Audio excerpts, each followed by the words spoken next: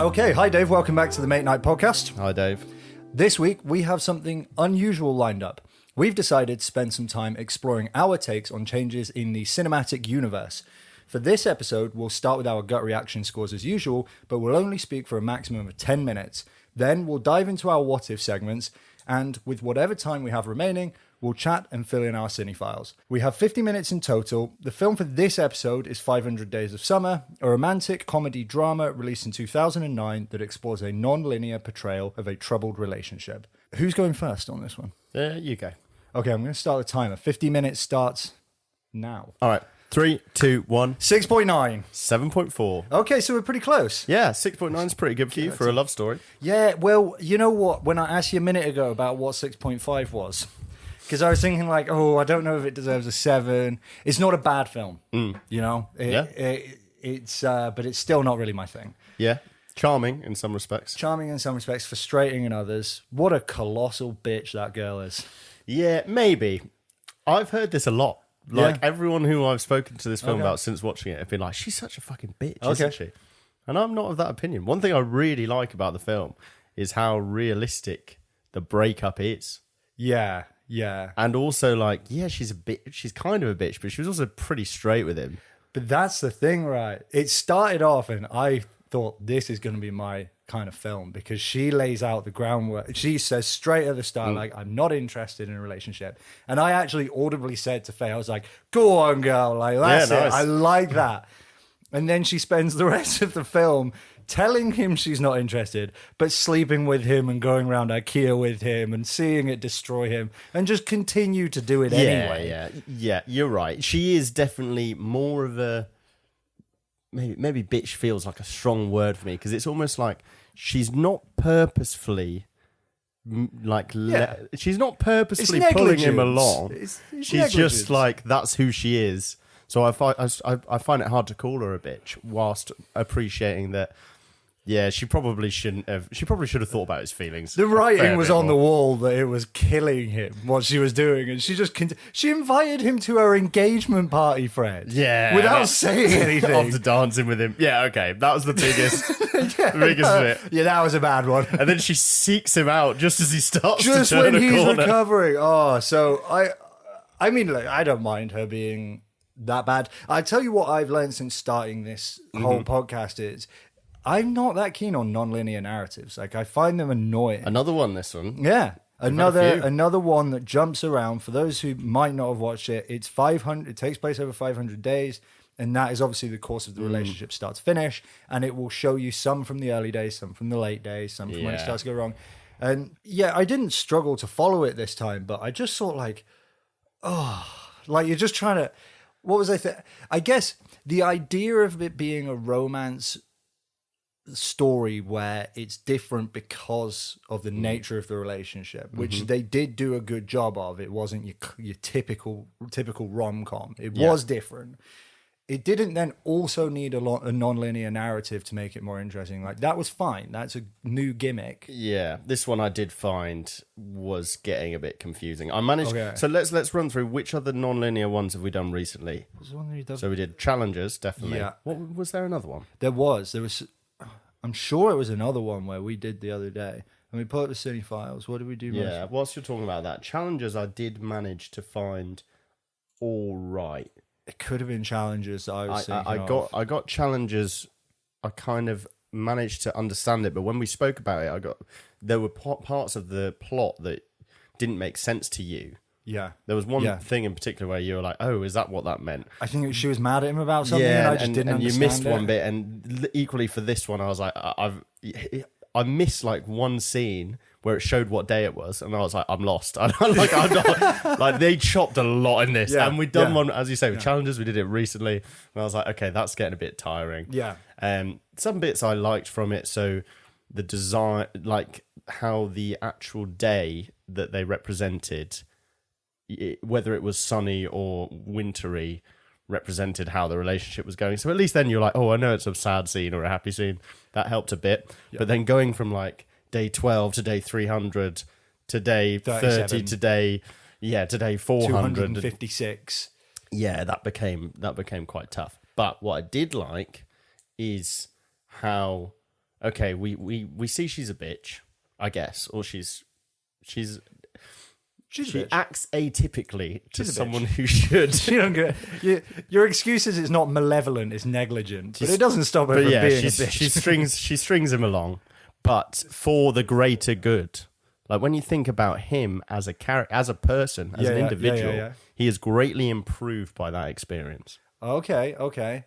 So I almost like, and she goes. She does her best effort to stop her. Here's what I don't mind is okay. The big issue with her was the fact that when they saw each other at that wedding of the old work colleague, she was like, "Oh, I'll fucking dance with you and string you along here, and then I'll invite you to my engagement party." All right, okay, that's a bit much, but beyond that, after he has that horrible time, he goes into the depression. Then he makes the recovery, he rises from the ashes like the phoenix, and he decides to quit the job that is wasting his potential. He actually goes out, he starts getting clean shaven, wearing suits, starts to apply himself and apply for jobs, become the architect that she knew he could be.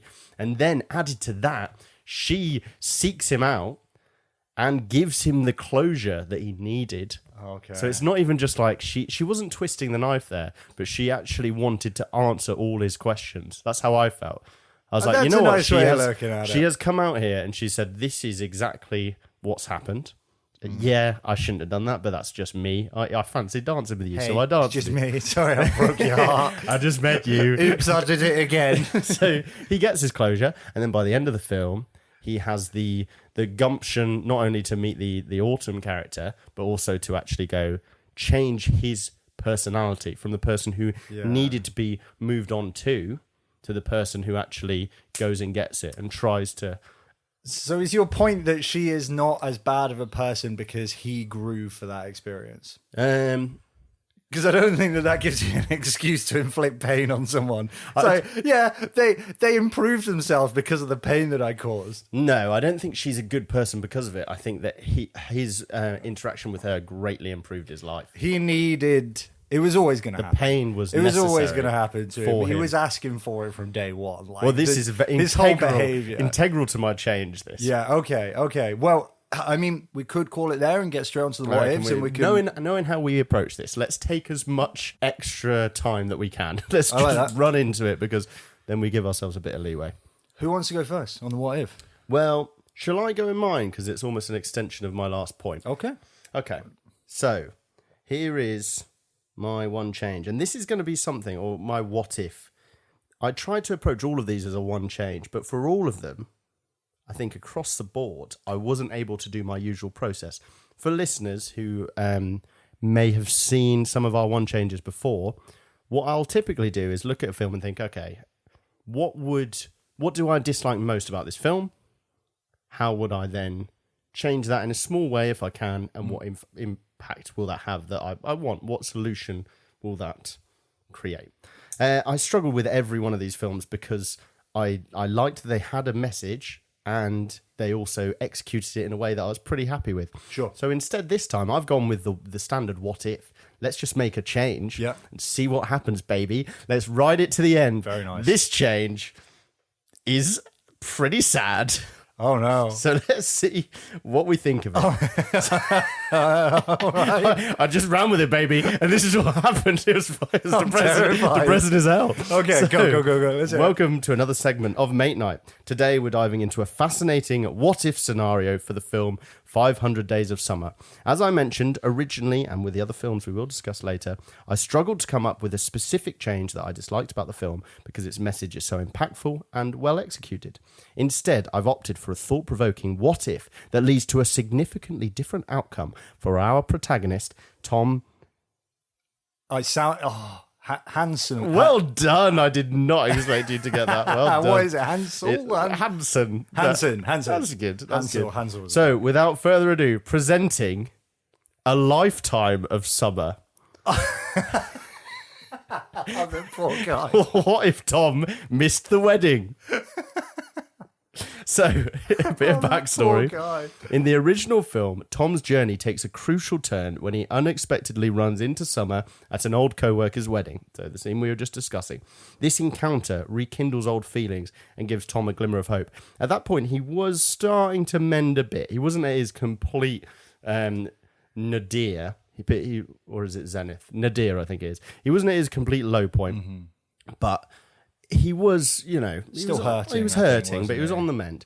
So, however, the subsequent revelation, so he meets her, has a glimmer of hope, and then she invites him to this party, and the subsequent revelation that Summer is engaged at the disastrous party that follows acts as a sharp catalyst for Tom's personal growth. So he goes through his real low point at that point, but he uses that painful experience to end up quitting his job and pursuing his dream of becoming an architect. But let's explore an alternate reality where Tom never attends that wedding. Without this crucial moment of confrontation, his path and emotional recovery take a darker turn. You're evil, man. I can't wait for this. So here's the change. Tom decides to not go to the wedding where he would have reconnected with Summer. This change means Tom doesn't experience the immediate jolt of seeing Summer again, nor does he have the subsequent emotional breakdown at the party. What are the ramifications on Tom's life? Firstly, emotional recovery. So there's a delayed and prolonged healing. Without the wedding incident to force him into action, Tom's recovery from the breakup is much slower. He remained stuck in a cycle of longing and self-pity, the place that we saw him at when he was at the wedding. He wasn't like at the low of, I'm so low, I'm at the bottom, that I need, the only way is up. He was just coasting on that midpoint of just being mopey, kind of marginally depressed without being out and out. Not enough to fix himself yet. Exactly. So he remains stuck in a cycle of longing and self-pity. His healing process becomes more introspective and solitary. The absence of the wedding's confrontation means Tom doesn't have a clear moment of closure, like when she comes in later and tells him exactly what happened, and a catalyst for change. So with this lack of closure, Tom never confronts Summer again, missing out on the crucial I'm just repeating myself here. The confrontation at the bench. There you go. So this lack of resolution leaves him in a state of emotional limbo, perpetually questioning the nature of their relationship and his own feelings. Now, stalled progress. So is Tom's career as a greeting card designer that continues to stagnate, doesn't have a push to pursue his dreams. He remains in a job he's uninspired by. He has the missed opportunities with a lack of motivation and direction, which results in missed opportunities professionally and personally. And he might continue to hold on to the idea of Summer as the one that got away. But here's the real kicker. How does this turn worse for him? Because from this point, we expect he's almost like a powder keg. He's a powder keg here. Yes, he's in a bad spot, but he's ready to explode in a positive way. There's just one thing that is needed for him to say, I'm going to become an architect. I'm going to quit this. But what if that happens to the negative? What if about a year later, after not having this event, after just ruminating on Summer for all this time, the one who wouldn't ever get married, the one who just said she wasn't interested, she didn't believe in true love, the one who completely affected his beliefs in romance, he finds out from a mutual friend that she got married. He doesn't hear it from her. He just says, oh, by the way, do you remember Summer he used to go out with? Yeah, she got married. What? Yeah. But That's the reaction in the film anyway. But she wasn't like that. God. But he doesn't hear it from her. He doesn't understand it. And he hears it at a point where he's still low. So this news hits Tom hard, as you can imagine, forcing him to confront the fact that Summer has moved on. This revelation further destabilizes his emotional state, making him question everything he thought he understood about their relationship. Self-reflection and, highlighted, doubt. Tom begins to doubt his own judgment and self-worth. The knowledge of Summer's marriage acts as a final blow to his confidence and self-esteem, a blow that he really could have done without. He starts to view his past relationship through a lens of regret and self-blame, not seeing what his friends and his sister tell him, only seeing all the things that were good about it. So how could it possibly have been? It must have been me. It was all my fault. It was all him. Solitary life. You're so cold, man. I had actually another point before that. Emotional poison. All right. Something cheerier then. The unresolved feelings and the final revelation of Summer's marriage become an emotional poison that taint Tom's view of future relationships. His bitterness and lack of closure inhibit his ability to form new, meaningful connections, and then solitary life. He ends up leading a sad and lonely existence. He remains trapped in his job as a greeting card designer, never taking the steps to change his life or pursue his dreams. The once hopeful romantic becomes a shell of his former self, isolated by his unresolved past and lost opportunities. Summer lives happily ever after. I like this ending. Dark, right? I like it.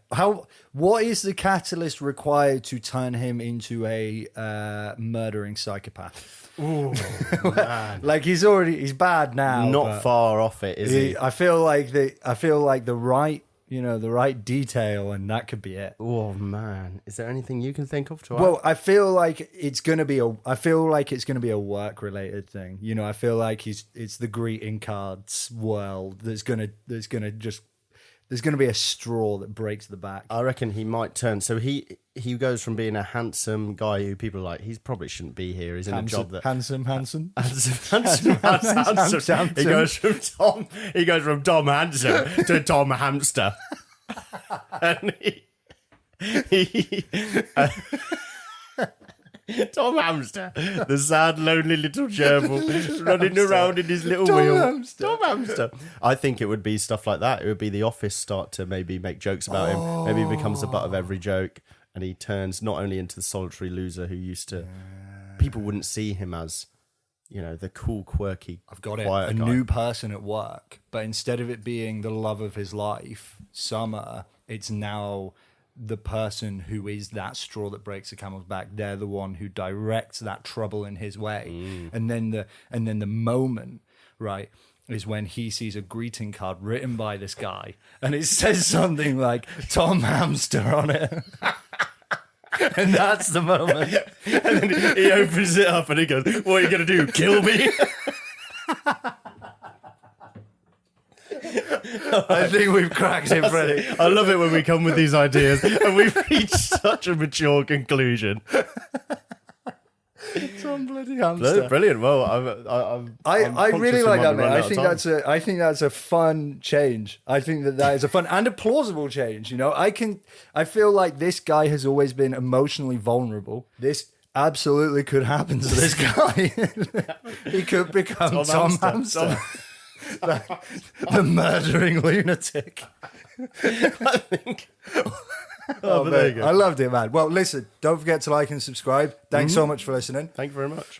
Should we have a go at my what if then? For sure. That was good fun, that, mate. Right, Freddie.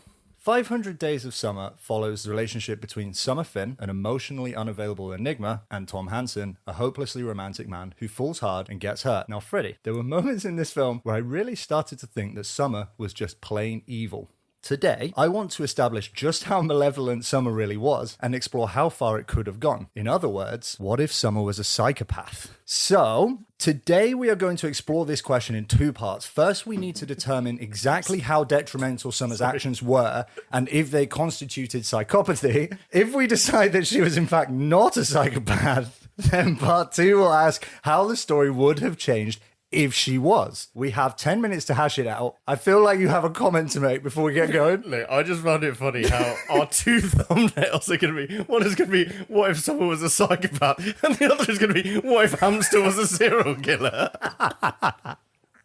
All right, cool. Let's go. Right. This quick disclaimer. Since we're discussing her behaviors, we need to acknowledge that we see in this film that we are watching this through Tom's warped perspective. We have evidence of that. So we know that we can't truly trust our film, but that's all we've got to go on. So that's what we're going to use. So the first part, unmasking Summer, psychopath or misunderstood. Now, when we spot potentially evil behavior, it's crucial to consider that there are three common psychological profiles it might hint at. Bit of a lesson for everyone here. Oh, absolutely. Narcissism, Machiavellianism, and psychopathy, collectively known as the Dark Triad. Ooh. What a name that is. It's so unreal. To really get under the skin of Summer's character, I've lined up a set of criteria for these profiles that might indicate a diagnosis, and me and you are just going to figure out if she fits any of them. Yeah, okay. I haven't actually held her up against this yet. I've got us ready for just a free-form chat. Let's see what we can find. Let's start with the first one. We've got narcissism. So there are three criteria. You've got self-obsession, entitlement, and manipulation. So I don't think that she's self-obsessed. I think that that's one we can pretty much instantly rule out. Wow, when would she show signs of self-obsession? I don't think there's anything too clear-cut, is there? I don't Other think than so. the only thing you could say is that she goes to the beat of her own drum, which is mentioned a few times. But I don't think narcissist level, like dark triad level stuff, maybe a little unhealthy at times. Yeah, nothing clear. I don't think she's a narcissist. I think we could cross. Do they have to have all three? I think so. Yeah, yeah, I'm pretty confident. Anyway, Machiavellianism. So you just went first one, tick off. Take off. She's not. Well, I think it's fair to say she's not a narcissist. Machiavellianism, manipulation. I'm actually going to read the little description. So, manipulation is she skilled in influencing and deceiving others for personal gain. Cynicism views others primarily as tools to be exploited, and strategic thinking plans meticulously to achieve control or power over situations and people. You know what? Yeah. All right, let's think about a couple of these scenarios here. So manipulation, at worst, you mentioned it before, she is pure ignorance. Yeah, it's negligence. Negligence, that's the it. best case scenario Best for her case. is negligence. But realistically, she does string this fella along. Now, the thing that does massively work in her favour is the fact that she is upfront with him about him. At the start. Yes. Oh, no, she is upfront with him, but her words are upfront with him throughout the movie. But her eyes. A true Machiavellian type would know that their behaviors being the opposite would actually work even more in favor of making him fall for her. Okay. Do you know what I mean? Like when he thinks that her walls are coming down. Yeah, and then sort of going, and then just randomly going like, oh no, I still can't do this or whatever. That kind of torment, I think a true Machiavellian type might intentionally use that. For sure, I think definitively the most fucked up thing that she does in the whole film is the invite to the party engagement. That seems very now, but then she follows it up with a close second, which is the thing that I looked at a very positive light, which was the come to see him at the bench and give him closure. But really, that could have been A failed attempt. toying with. I'm stalking to see how you're getting on, and now I'm going to make sure you never.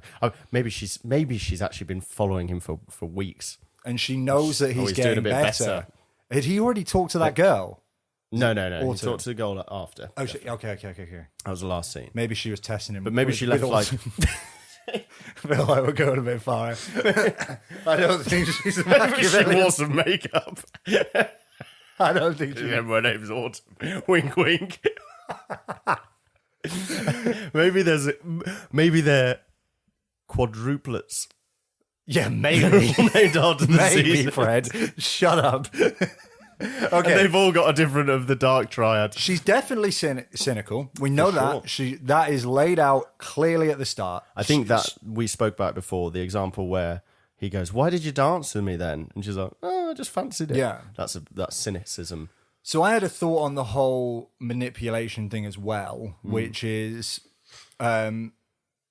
if she's going to use him, there's no material benefits to her. So the only sort of toying with him, which I, have a suspicion she might be doing, the only reason she would be doing that is just for the sake of the game, because there's no other benefits to her. So that's worth sort of making sure we've considered when we're thinking about, that's the only motivation that would make sense. Do we think that is her motivation? I want to say that my understanding of psychopathy, sociopathy, Machiavellianism, narcissism stems a lot from the Dennis system in It's Always Sunny in Philadelphia.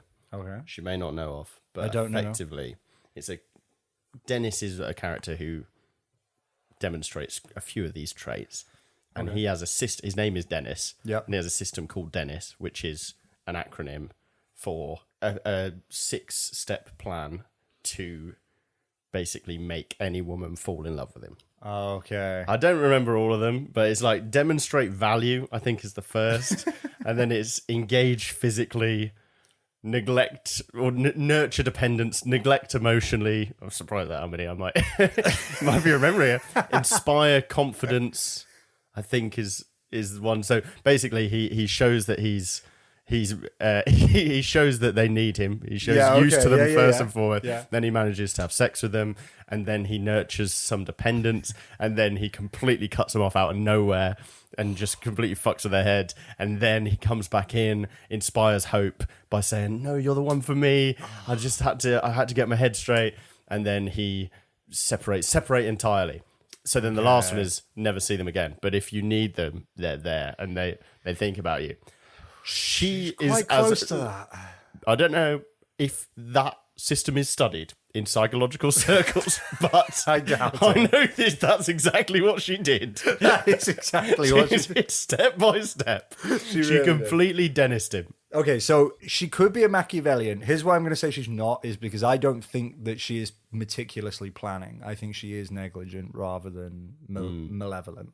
I think that she is doing it because she's just kind of doesn't care. She's a bit immature emotionally, and I don't think she's planning meticulously. Yeah, when we get into psychopathy here, wow. This is not a good case for her. Lack of empathy. So you said there she's immature emotionally, and Yeah. you could argue it's not that she's immature, but she's just different, right? Yeah. Her emotions she sees things as completely different to other people. She could even have a lack of empathy. she could have an absence of guilt. And then impulsivity. Absolutely. Ding, ding. She got married. Like bang, like that. She was like, yeah, I just met this guy and fell in love with him. Yeah. Sorry about every single time I told you the opposite. And boldness. That kiss. That kiss by the photocopier, that's about as bold as it gets. Okay. Could demonstrate a lot of strategic thinking as well. Here's the problem, right, Fred, is I built part 2 on the assumption that we would determine she's not a psychopath, and then we play around with the idea that she is. She 100% is a she's psychopath. Definitely a psychopath. 100%. She is a complete and utter psychopath, this woman. If all she needs are these 3 things, then she is 100% these 3 things. Look, I'm not saying she's a psychopath, but based on what you've shown me here, she is a psychopath. If the criteria for psychopathy are a lack of empathy, impulsivity, and boldness, she has demonstrated quite strongly she is in favor of those 3 things. She does those 3 things. What other ones are there? There's definitely like moving from relationships, which she listed her boyfriends. At the start, when it says all the things that happened to her, like, things that all went her way, that was a bit sinister, wasn't it? Like, yeah. So she always gets 12% below the average price when she buys new flats. She had that one year where she worked on some ice cream stand or something, and they were like, they never understood why they had a 27% increase in profits that year. That was a bit wild. That seemed more than just being pretty. It seems like she's manipulating the markets. Yeah. Where did anyone check on their competition that week? Do you think she was just putting in the numbers wrong? She's not a psychopath. She's just an idiot. We never understood how we got 2,000% more revenue that year, and we didn't even see any of it. Yeah. Okay. Well, I reckon this is quite damning evidence. Damning, I would say. Okay. Part 2. What if she was a psychopath, Freddie? Let's play ball here and let's say that she is a psychopath. Okay. What decisions did she make in the film, and how would they have been done differently? So let's just take it up a notch. Let's say that there are different degrees of psychopathy, and this girl now is. She's not killing anyone. She's not. No, at the minute, a lot of people watch the film, and some people even don't think she's bad. Most people don't. I didn't until this conversation. Most people will maybe think she's not great, but they won't go to psychopathy. So she's not doing anything too bad. Wait, what would she have to do to get to that point? I just had a thought though that so hear me out on this, because we did speak about it. My whole idea, my what if, was kind of predicated around actually she was a net positive on his life. Mm-hmm. Could she be a good psychopath? Genuinely, look at him. Look, if you only take the 2 Tom Hansons, no hamster involved, just the Tom Hansons. Just the Hansons. At the start of the film, he's a hopeless romantic who doesn't go after it with women because he puts them on pedestals, immature, really scared of himself, scared of his potential. Yeah. And he's a bit of a mopey, whiny weasel. In a job he hates. Because he can't actually... He doesn't have the guts or gumption to go out and do what he loves. An idea is a dreamer. By the end of it, he's a go-getter. He's an architect. He's got his girlfriend who he actually went out and got her, unlike with Summer. Did Summer just come in, for a kind use her schemes... Yeah. This would be strategic Just planning. for like a project. Just be like, you know what? This guy's, he's got a lot of potential. He's And kinda the pretty. only way we can get it. He's quite handsome. He's handsome. He's clearly smart. He's handsome. He's handsome. He's handsome. Around the office, we called him handsome. And also, I know that this is a project of mine. I'm going to work it. God, maybe she is. If that's the case, though, the plot thickens. The guy she's marrying, is she using him to improve Handsome's life? She is just absolutely dedicated to changing this man. Handsome. To making handsome. Maybe, Freddie. You might be on to maybe you do another video on it. I just think it's clear. I like it. It's fun. I mean, it was different to what I had pictured for truly psychopathic Summer, but there you go. I tell you what, if you're listening along now, let us know in the comments what you think. You've heard the evidence. Is she a psychopath or is she not? Is she a bad psychopath? A good psychopath? We're pretty sure she is a psychopath. We think, yeah. Based on any the psychologists out there, what have we missed? Yeah. How about that? What have we missed? If you think she's not a psychopath, what have we missed? This week we have more questions coming from the Silence of the Lambs. I've just seen your conclusion. It says, so we've concluded that Summer was not, in fact, a psychopath. I should say, I made a point of not... I was like, I want this to be a discussion, so I'm not going to try and figure it out. I'm glad we did. Well, listen, we've got more questions like this coming from The Silence of the Lambs, another one from 500 Days of Summer, and Life is Beautiful. So if you enjoyed this, please feel free to check them out, and don't forget to like and subscribe. Dave, thanks so much for listening. Cheers, Dave. All right, cool. So back onto the podcast. For those still listening, we have 15 minutes and 48 seconds. Oh, fantastic. So... that was good. That I really enjoyed. Yeah, that was good. That was good. I think when we have the break in between episodes, let's open the window because I'm sweating from everywhere. Just how confident I am that she is now definitely a psychopath. I'm scared. It's perfect segue into Silence of the Lambs, by the way.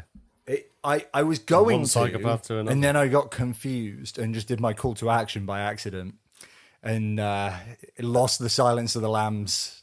Because you were like, what if she's a good psychopath, super manipulating the situation? And I was like, yeah, if only we could think of other psychopaths manipulating situations. I was like, I must mention that in a minute. And then I messed it up. And I was like, well, I best run with it then. It couldn't help. When we determined definitively that she was a psychopath, and I read your conclusion on the screen, we have come to the conclusion that she is not. In fact, a psychopath. All right, but anyway. Oh yeah, look at that killer thumbnail as well. That is unreal, mate. Gorgeous, isn't it? What if someone was a psychopath? 500 Days Summer. And she looks like such a psychopath. She does. She does. For anyone who is just listening to audio, really do yourself a favour and look at this thumbnail. And click off it if you don't like it. Beautiful. Okay, well, we have 7 more categories. If you're listening at this point, you probably listen to the show. I can't imagine many people are going to be 40 minutes into a 500 Days of Summer episode. But if you don't, we have 7 categories left to rank this film out of 10 in, and then we'll take the average, and that'll give us, hopefully, the most accurate representation of how good this film really was. So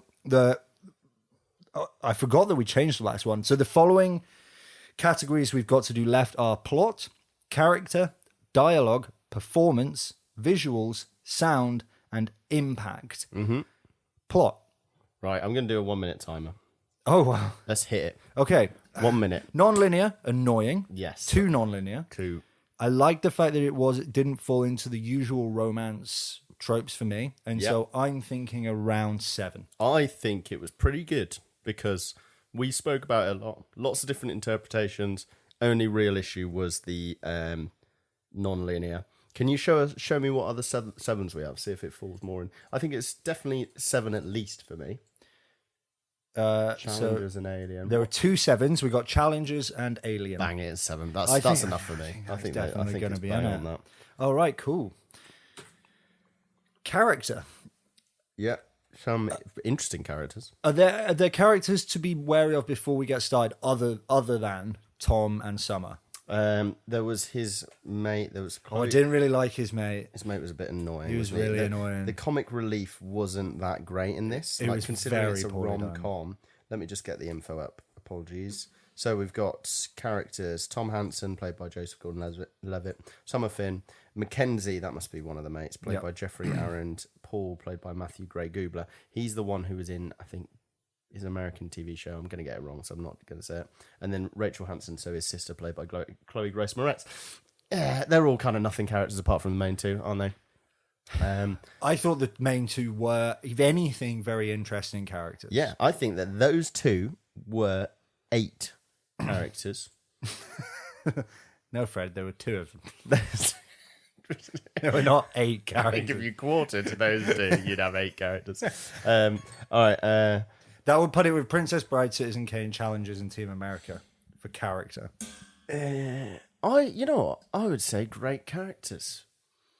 I'm happy to go with 8. I think Memorable. for me it's probably closer to like a 7.5. Yeah. But I'd round up to an 8 for that. Give them it. Okay, cool. Dialogue. What do you think of the dialogue? It's not something that I'm always very quick to notice, but I don't remember it being especially corny or anything. No, me neither. I thought some of it was pretty interesting. It wasn't too quippy, annoying rom-com dialogue. I can't think of any specific examples, so it wasn't our usual, this is going to be really high, where we can think of 10 examples off the bat where... Quote me anything from this film. You like the Smiths? That's the only thing I can remember off the top of my head. That Smith scene. I love the Smiths. That's what she says, isn't it? Yeah. The Smiths. I love the Smiths. He just keeps ignoring. He could hear her. The Smiths. You'll shut your mouth. How can you say? Okay, so... But then it's not bad audio. It's not bad dialogue, sorry. No, definitely not. So, what, 7 or 6? Or 6. Give it a 6. It's very... Yeah. Okay, help me out here, Freddie. Performance. I liked them both. I think the other ones were fine, but let's just focus on... I thought the other ones were kind of meh, but... There were 2 mates of his. One of them had quite a lot more screen time than the other, I thought. The more annoying one? Yeah. Yeah, he had more, and the other one was kind of all right. He was just something and nothing, but the one who had the third most screen time in this entire film was that guy. The guy who got drunk at the karaoke. Yeah, it was, and I do think that was performance by... I think there was a he could have. Yeah, and a more interesting actor would have made it less annoying. Yeah, they could have definitely done a better job of it. So, but Joseph Gordon-Levitt, great. You know what? He's a great rom-com lead. He's handsome, but he's not too threatening. You know, he's just like lovable. Yeah, he's a smart, charming ruffian, and I'm going to say that we might even be underplaying how good Zooey Deschanel was for that role. Like Zooey Deschanel was perfect as a like girl next door. Could be a bit psychopathic. Yeah, got those crazy eyes that she has. Yeah, and just hangs and she looks like a dancing around. She listens to what you're listening to on your headphones. She's always behind you. She sometimes grabs you and starts kissing you at the photocopy, and then she goes. Then she walks up to you after and just walks. Walks away. She did that. Yeah, I did notice that. I think she is really great. To be honest, I thought she was better than him. I find him a little smarmy. Maybe, yeah. So, but I would say for me, the question is it an 8 or does it not quite make the cut? And I think it's an 8 for me. Here's what I'd say. I reckon her performance is a 9. I think she's she really is perfect for that. Well, not perfect, but she's great casting. And then, other than that, Gordon-Levitt was very good. Gordon-Levitt was good as well. So maybe we go 8. Visuals. So, I mean, obviously it's a rom-com. You're not going to expect any outstanding cinematography, but I did think it was fun, the like animations. Quirky animation. I liked that. I thought that was a nice way to present the film that didn't feel crowbarred in. Like it actually made sense. It was cohesive with the story, and I quite like the visuals. Yeah, visuals enjoyed. We haven't spoken about it, but the scene after they have sex for the first time with "You Make My Dreams Come True" is I've seen that scene before. I love that scene. I think it's so good. Okay. It's such a cool way of showing that. Like, suddenly becomes like a dream sequence where there's animation going on, and he finds himself into a kind of dance routine with strangers all wearing blue. I thought that was really cool. It was a really cool way of doing it. And the song is so perfect for that sequence as well. I'm going to make a case. It wasn't ever going to be a June, right? No. But they tried a couple of adventurous things, and they all landed quite well. Yeah. And so for me, that deserves an 8. I would say 8. I think it was great to watch. Excellent. Wow, look at that timing. We have never timed it that well. Now, sound. Gonna do well here. There's some belters on here. Yeah. We got also a Zooey Deschanel song. She's great. Some Smith songs, of course.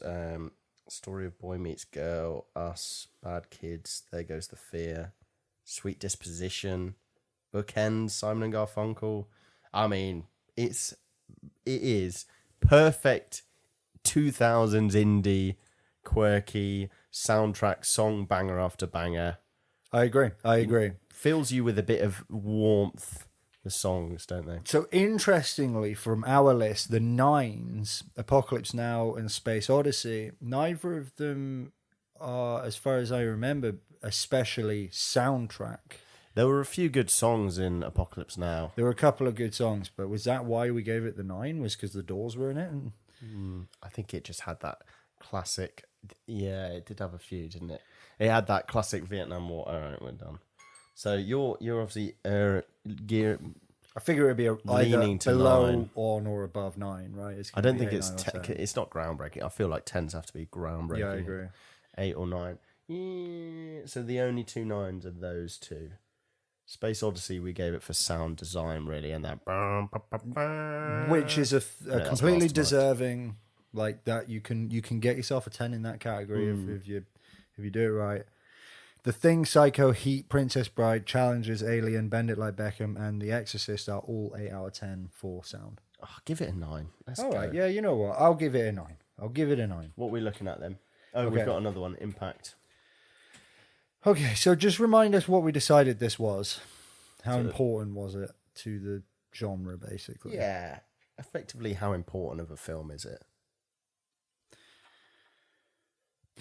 What's its legacy? It definitely has had an impact. Okay. A 2000s film, an indie film. Mm-hmm. I don't know. I don't think it's an independent film, but it's got like an indie music feel. Yeah. And it's probably quite a defining film for those two. I think it really positively impacted those two's career, didn't it? Yeah, and I think as well that most people who like rom-coms will have seen it. And it's good for a for a rom-com, it subverts expectations well. Does a good job of changing the narrative. It's not a boy meets girl and they get together at the end. It's actually not all relationships are the one, you know? We have a load of 10s. Yeah, it's not a 10. We have 2 9s. Full Metal Jacket and Superbad. Mm-hmm. I guess the question a little bit is it the impact within its genre or is it the impact broadly? I'm going to go, it used to be genre realization, but not anymore. Broad impact. And for that, I would say it's an 8. Yeah, me. I was thinking 8. I thought if he says 8, it's great. 8 is great. And it is great. We have determined that 8 is some time. 8 is in fact great. So, without further ado, Fred, you gave it a 7.4. I gave it a 6.9. Those are for enjoyment. Plot, 7. Character, 8. Dialogue, 6. Performance, 8. Visuals, 8. Sound, 9. Impact, 8. Give it an average score of 7.59 out of 10, making it the 18th greatest film of all time until further notice. Nice. 7.59. Yeah. It's looking, you can see 8 is getting there, but it's not 8. Yeah. It's like 8 is, 8 is great. If you rounded this film up or down, it would be rounding up to an 8, but it's not there yet. 7.59, that's a good film, that. It's and a good film. I remember I watched it and I really did come away with it thinking I really did enjoy that film, and I liked the way they went about it. I liked they didn't get with her. The one thing I've heard from people, when I told people I watched it, they were like, "Oh, hated the way that ended." Some people were like, "Oh, I don't like the way that ended," and I really felt that was actually a real good message of hope for people who've been through bad breakups, and I do actually like the way they went about it, whether she was a psychopath or not, which she was. Definitely. 100%. The most realistic portrayal of a psychopath that we watched last week. Tune in for Silence of the Lambs. Thanks so much for listening, Dave. See you later, Dave. Bye.